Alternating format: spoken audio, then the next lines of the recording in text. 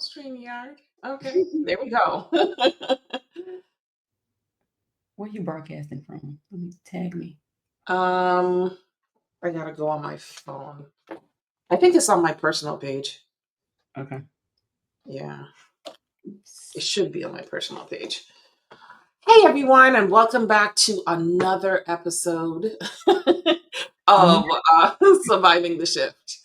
I think we're all feeling heavy. I mean, after the Super Bowl and the performance by Kendrick Lamar gave us a lot to think about, especially if you are cognitively aware and was able to figure out all of the Easter eggs that he had in his performance, then you wouldn't be one of those people running around here talking about, oh, it's so boring. Dang it. We hope you'll be entertained. Exactly. You I know. wanted to be entertained. I wanted to be, jumping up and dancing and feeling happy. I didn't want a history lesson, but you needed a history lesson because we about to talk about some history and some presence and future stuff right now. Mm. So, last week we talked about educate. First week we talked about the general gist of what's happening in the government that's going to be affecting nonprofits and social enterprises. And then last week we talked about an industry specific topic, which was education. And there's so much happening in education right now that is going to affect a lot of nonprofits because we happen to know tons of nonprofits that are educational driven nonprofits. But this week we want to talk about the changes that's going to affect healthcare. And there are also a lot of nonprofits out here that deal with mental health, physical, emotional, the full gamut of healthcare, and how the current changes are going to negatively affect, because I haven't seen the positives in it. So I'm just going to talk about the negative. Research, everything is affected. So, Mhm. this is your lane. You take it away. Girl, It's not be mine, but are you'll take it are away. there any positive? I'm trying to be. I'm trying to be in the middle, right? I was trying Mhm, for the longest, and I can't. I'm like, okay, let's be rational about this. Let's not mhm. panic. Let's not cause an issue. Last week, I think it was when, well, maybe it was the week as soon as the new administration came into office, there were issues around funding cuts, and at almost at the top of this was NIH. Y'all know CDC and all that. Like, if you go to the CDC website, or at least when I went last week, there Girl, that were, thing looks a mess. yes, there It were, is nothing like it used to be. nothing, surveillance data missing, Mhm. right? HIV, um, TB, like these communicable diseases, like the data that was there is not there anymore. Like, we don't have, do we not need to know? Like, is there no longer is surveillance a waste of money according to this administration? I guess it is, right? Sending Um, out reports is a waste of money. Updating us is a waste of money. So, chaos. You're talking about you're talking about a world where diseases run rampant, like at any time. Like, we just got out of COVID.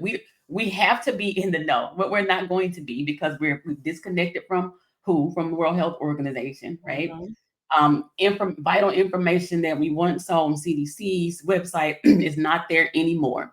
mhm. And now NIH, National Institutes of Health, this is where the research jam comes in. Now, the issue is, or for the administration, that there's too much funding going to indirect costs, right? Correct. I'm from a research institution, university. I got my start in research. My first grant was a research and development grant. You Mhm. know, we were getting traineeships. We're getting paid from research and development grants. What happens now, right? You're talking about 50, some institutions charge 55%, 55% it costs to these NIH type grants, where there's a portion that's going to the actual research, and then there's a portion that's going to overhead to keep these people employed, to pay for utilities, like all this kind of stuff. And the administration says, you know what? Y'all can figure out that stuff right there. We gonna leave you Mhm. just a little bit. You can do 15%. And this is what they're trying to bargain with. We can reduce this from 50 to 50, from 50 and 55 to 15. Mhm.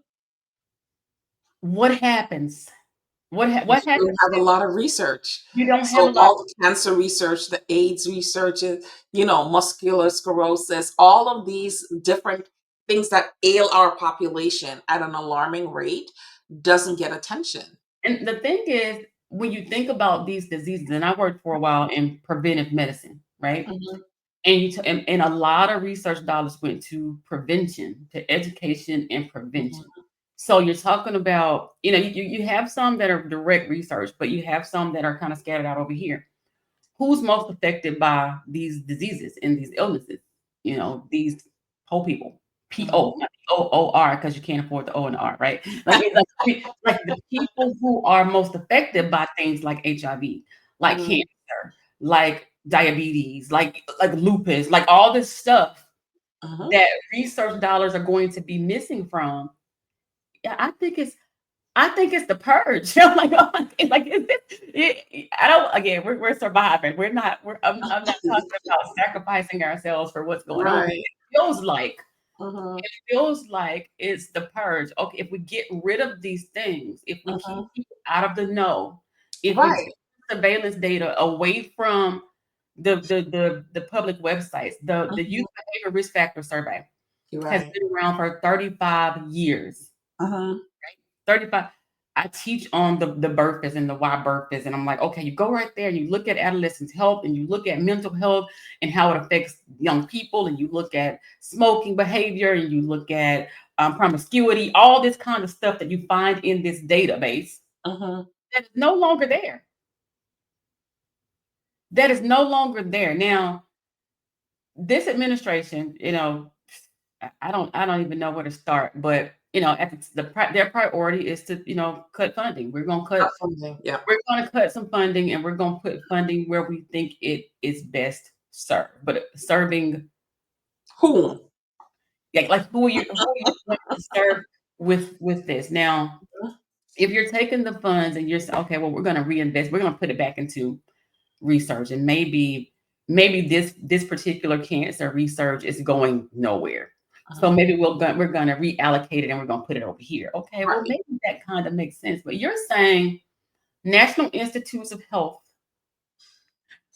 we gonna take this money. We Mhm, don't care, about whatever you're researching. That's not our problem because we're mhm. not scientifically inclined. They're not medical professionals. No. They're not, they're not public health professionals. They're just people, with Mhm. money who's saying, it makes more sense budget wise to cut it from right there. Why right there? That's purge mentality to me, Tracy. That's it. I mean, that's That's what it says to me as well. Um, but we have to find solutions to combat that. And I think a lot of nonprofit organizations missed the mark when it came to that. So they were yeah. trying to solve problems that already existed instead of trying to prevent those problems from happening, or Yep. a hybrid of each, prevention and solving the current problems.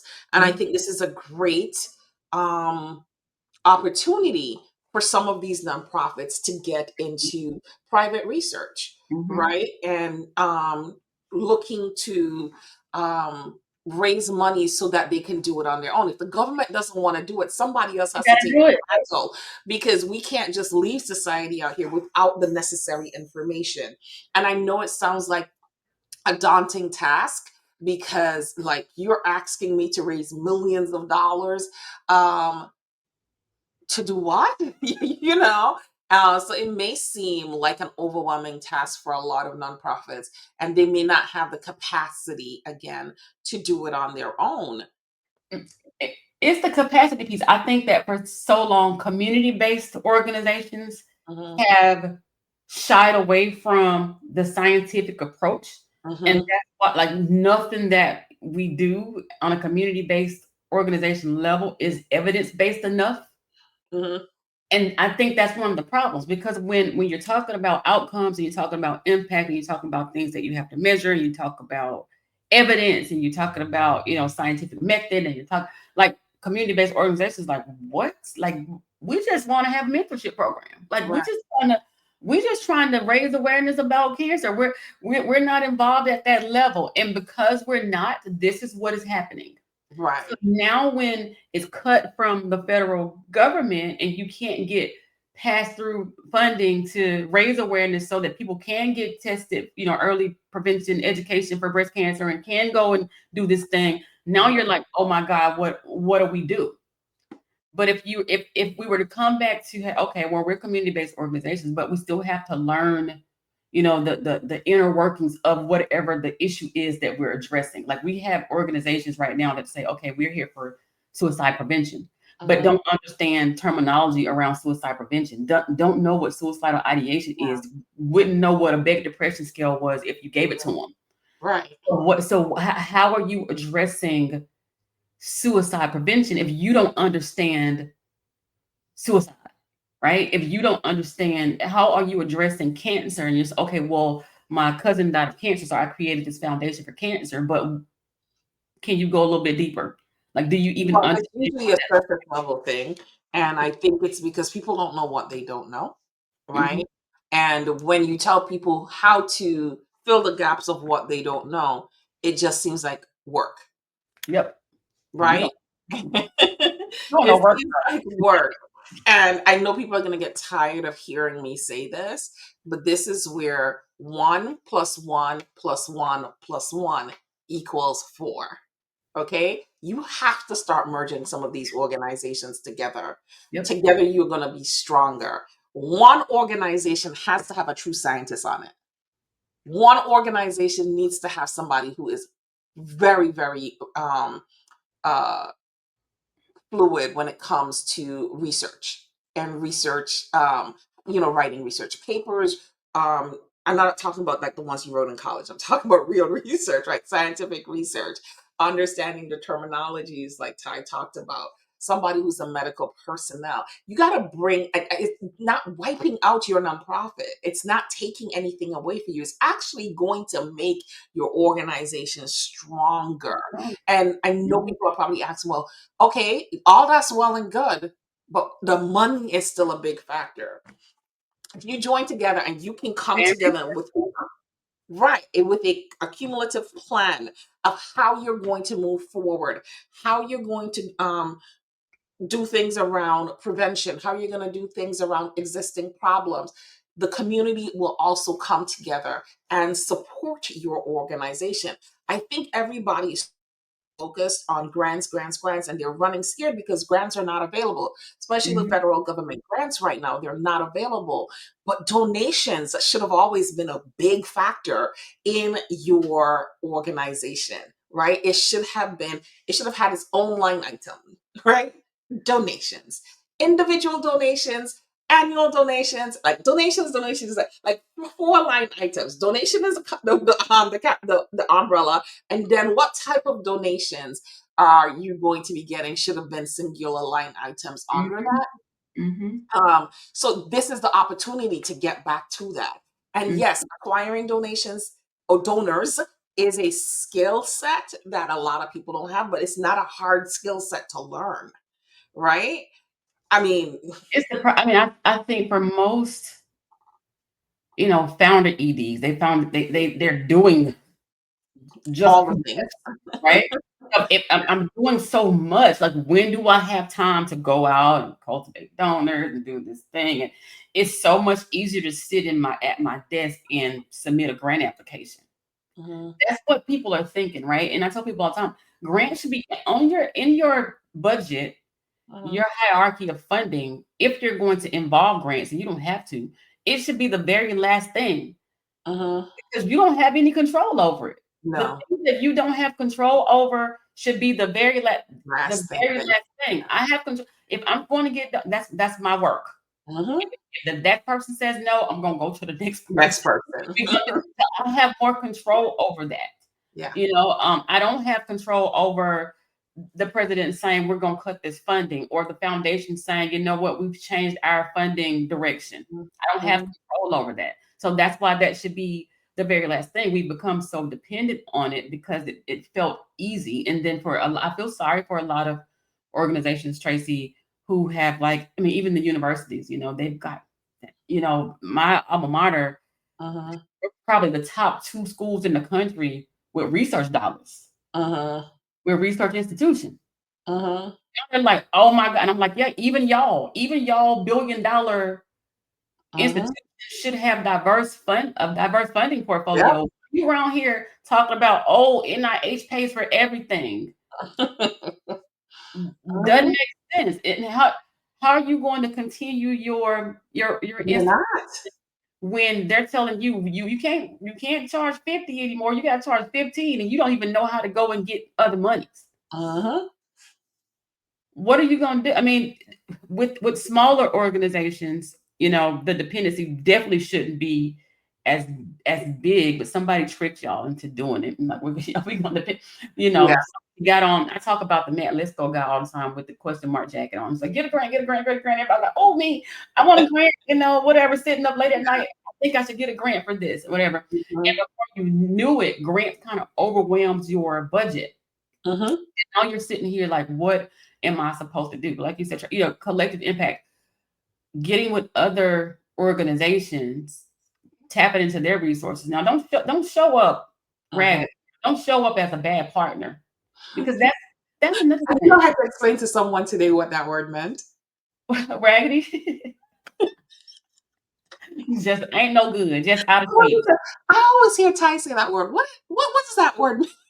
Tell them I'm from Alabama. It's just you just not doing well. You I just was like, you oh.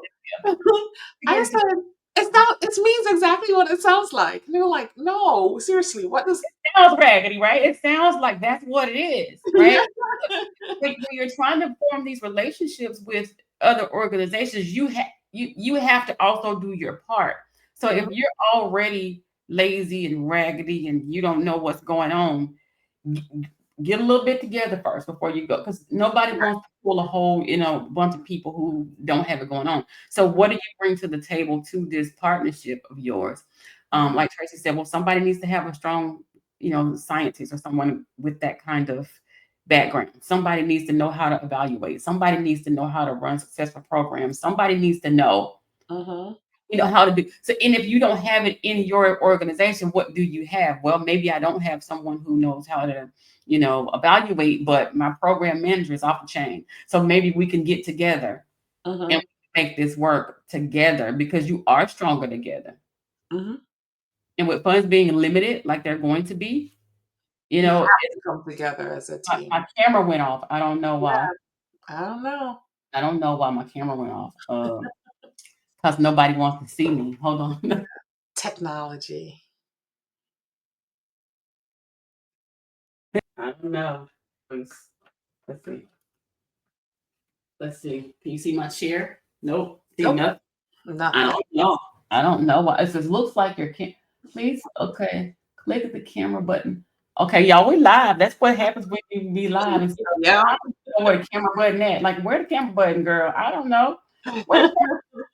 At the bottom. And to turn it back on. Where? At the Oh, bottom, you go to oh, settings. oh. Hey, y'all.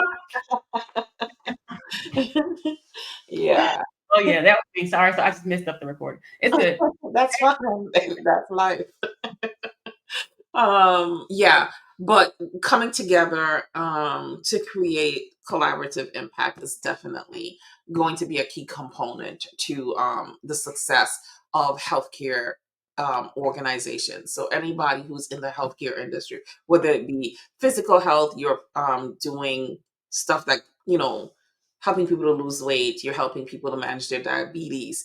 Um, Whatever it is, you're going to need to come together with some other organizations. Start looking at other organizations in your community that are in that same industry and figuring out how you guys can come together to be to work and make the community stronger. Now, you have to be of that mindset or temperament where you can play in the sandbox together. Mhm. Don't want to go in the sandbox and throw sand in somebody's eye now, So if that's not you, you may not want to be bothered with anything that we're saying here today, okay? Because everybody cannot be the boss. each person's going to have to take their place in this new combined organization. I Mhm. am good at blah, so I'm over that department. I am good at this, so I'm going to be over that department. And I may be an overall chief where I just manage everybody, and that person will stand in that department. But it's not about, it's mine, it's mine, it's mine. It's going to be about, hey, we started this nonprofit not just to get grants, but to actually help the community. And in order for us to stay alive and do that, right, we're going to need to come together and move forward collaboratively. You're also going to need to get a good accountant. Okay, You still definitely. have to keep your funds separate. And you said everybody can't be the boss. I think Yeah. that's the one of the big issues. Everybody Yeah. wants to be territorial. Everybody wants to say this is my thing, whatever. We ain't got time for that right now. No. We don't have time for that in this where we're in this time that we're living in right now. We ain't got time for that. We got to come together Yeah. if we want to really make this work. Because the people that we're serving, they still need serving. It doesn't matter Mhm. if funds are cut. It doesn't matter if they're zero funds. If it shuts down tomorrow, the whole government. Mhm. The people that we're serving and the people who need what we have or what you guys have, they're still gonna be there. Like Exactly. somebody still got somebody There still probably going to be more of them yeah. because there's going to be less places for them to go and get the help that they need.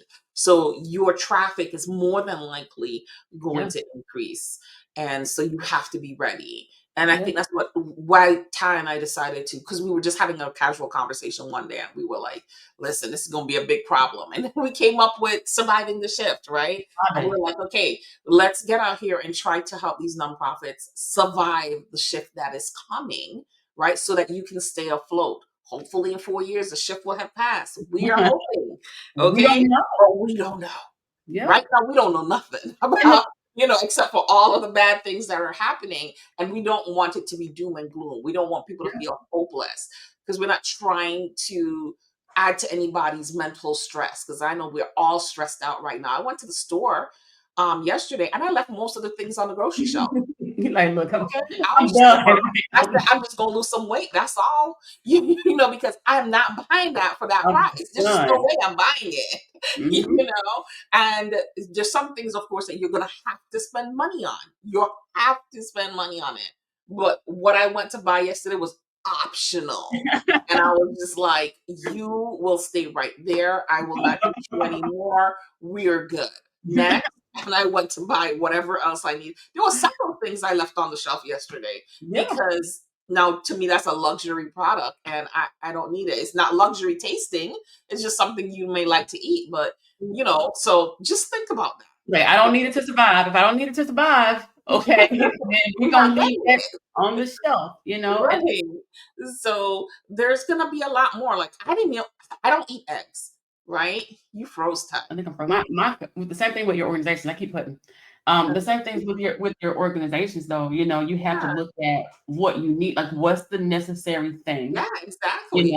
Being able to get through this, and even if we always say if you stay ready, you don't have to get ready. So even if after Right. 4 years Hmm. this wave has passed, you are now equipped, right? Because all Better the equipped. things that Better yeah, equipped. the things that we're talking about, they're really things that should have been in place before this administration. Right. We've been yelling this for 20 years, right? Like Mhm, diversify or die. mhm, It had this mhm, new flag. Be more. mhm, We've been mhm. yelling this for a long time.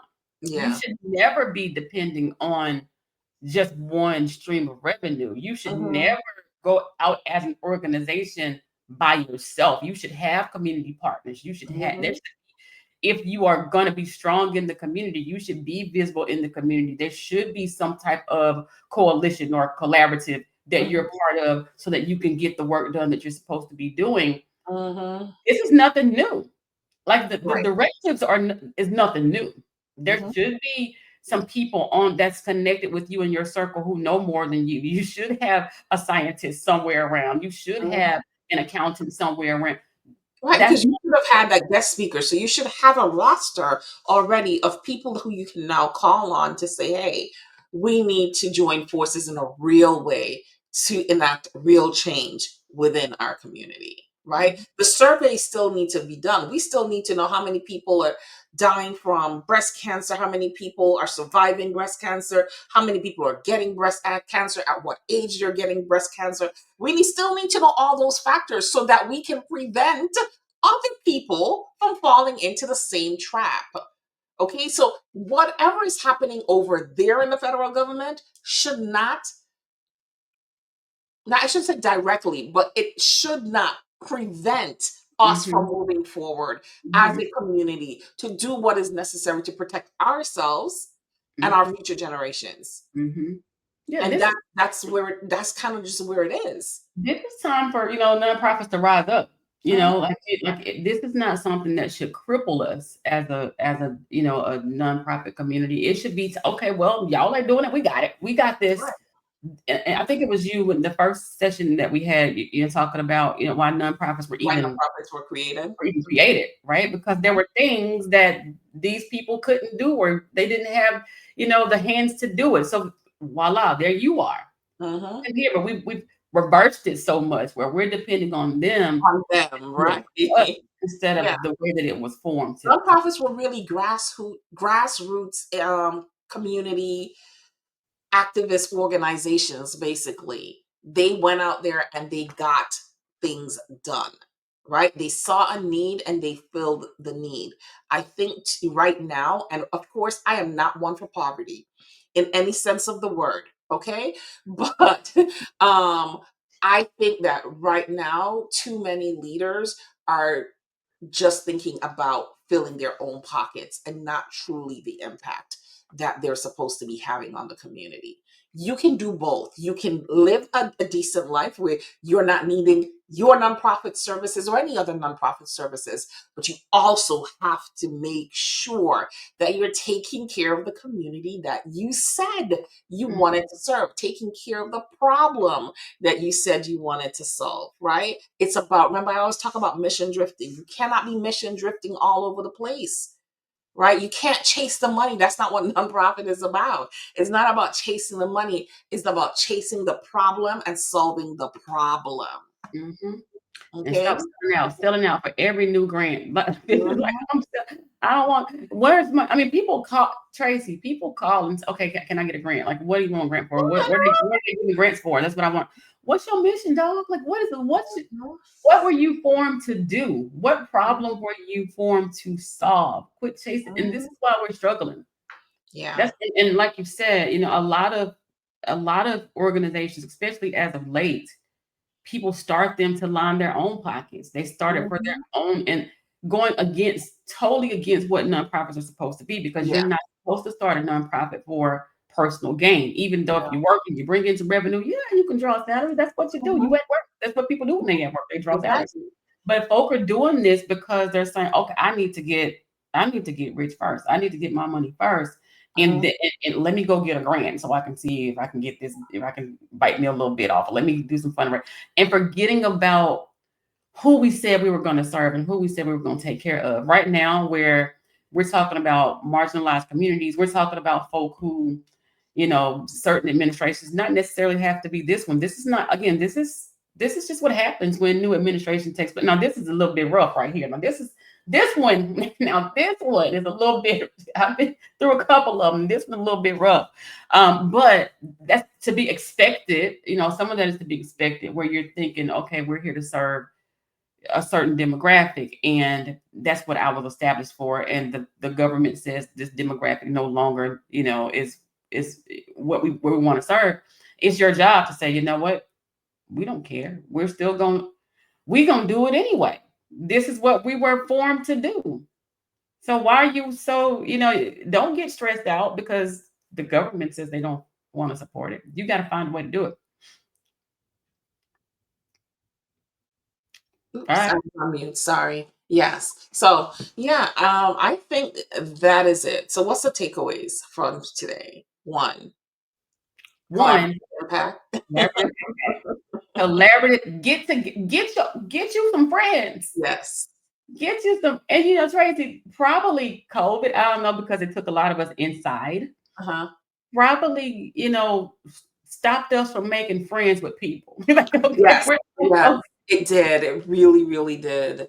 It did. I think a lot of people don't know how to make friends anymore, and they don't know how to come together Mm-hmm. anymore. Yeah, I've seen that. Mm-hmm. Yeah. You just don't know how to start it. Like, okay, well, this Mhm. is what I mean. When Tracy and I were first introduced, I'm looking online, right? And I'm like, who this chick? Like, who this? Like, okay, so like, who this chick that doing like this nonprofit stuff and doing it pretty well? And I'm thinking, look, I'm the best thing out here in the nonprofit thing. So I'm like, who this other like, who this woman, right? Like, real talk. And kind of having the conversation, right? Hey, Yep. like Mhm. I see we doing the same kind of thing. Like, what's Yeah, up that's with literally what you reached out to me and said. You're like, you? "Hey, who are you? Like, I see you're doing the same thing that I'm doing. Maybe we should Yeah, maybe collaborate on we should work something." together, right? Yeah. Maybe we should, not that we should fight each other and go, Yeah. oh, okay, well, she's not gonna do this, and I'm gonna Mhm. do. Look, dude, you know your stuff. How about Yeah. we just get together? Mhm. Mhm. And that's how you start that, right? Mhm. First, figuring out who you need. So we're talking Yeah. about creating a collaboration, like who you need. So Tracy mentioned, get some smart people, get some folk who know how to evaluate, get some Mhm. people who, if you're in the health type of space, get some folk who Mhm. know about it. Because I know a lot of founders don't know. Right. Okay, I started this Mhm. out of passion because my mom had diabetes, but I don't know anything about diabetes. So now you Mhm. need somebody on your team who knows about diabetes because when you go into the room and people are talking about diabetes, you want to know what you're talking about. Mhm. Mhm. About your mom. Like, that's Yeah. just how it goes, right? So you got collaborative effort, collaboration that you want to have. Point number one. Mhm. What's point number two? Stop relying on one source of revenue. Raw source of revenue. Yes. Yep. Yep. For sure. You can't rely on one source of revenue at all. Why And I agree with find that. you some experts. I think that's the last part. Find some Yep. experts in the different fields, whatever it is that because all of these people are going to be displaced. Think about it. The NIH doesn't have the funds to um, to fund these research projects anymore. What are they going to go do? Go home and twiddle their thumbs? No, this is time for you to reach out to them and say, hey, come be a part Mhm. of our organization and let's put a plan together to raise some money so we can continue to do what you were doing, the research component, but also serve the community. So doing workshops, doing all the different components that already treat the problem that you're trying to research, and you have a core audience. Don't treat them like guinea pigs now, but you have a core audience to kind of get all the information that you're getting. You don't need an outreach person anymore. So that's one job we could cut out because the people are coming to us. Yeah. So think about it that way. And I think it will work for you.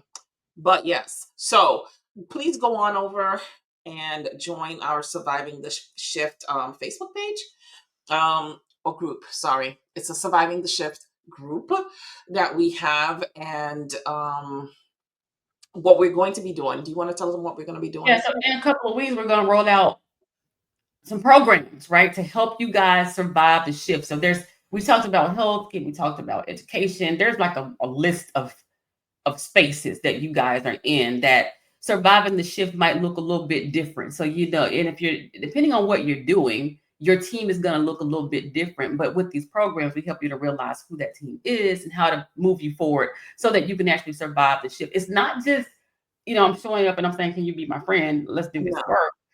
What's the internal workings of that, and how do Yeah. we collectively create this bond, and how do we get funded through the whole thing? Exactly. That's So a big part. How do we make the money from it? yeah, Right? and the How do program we is get the money to continue to do the work? And of course, pay yourself. pay Because you're yourself. not out here volunteering. That's what y'all want anyway. Like, how can I get paid? Like, Yeah. how do we get paid to do this work? And so you can stop crying over the federal funding cuts, right?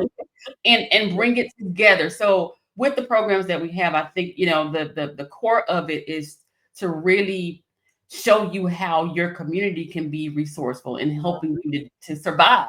Mhm. That's what you watch the show Survival, right? Survivor. It's Yeah. like, okay, so I'm this one person trying to survive, but every once in a while I got to depend on this other person to Hmm. do this thing or to help me to do this thing. Like what's the thing? Not Game of Thrones. What's the other thing where you have the Mockingjay? Is that what that is?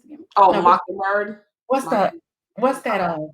I can't even think of the name of the show of the I watch movie. it all the It had time. all it has all parts to it, right? Yeah. But when you're out here like that, there's some times where you have to work together to Hmm. solve a problem. And the only way we're going to be able to continue to serve our community is if we do that. But you have to know how to do it the right way. Hmm. I saw, and I know I kept talking, but I saw, I saw yesterday where we're talking about federal holidays that can no Hmm. longer be celebrated or recognized. Yes.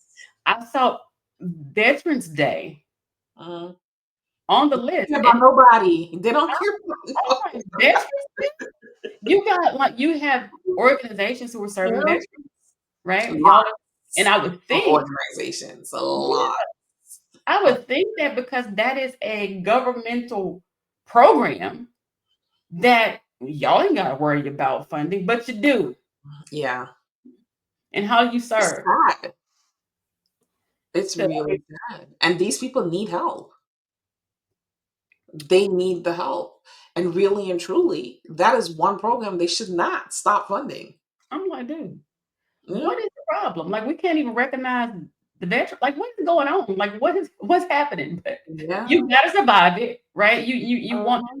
We don't want this to be a time where we, hide and cry and spend Right. 2 years crying.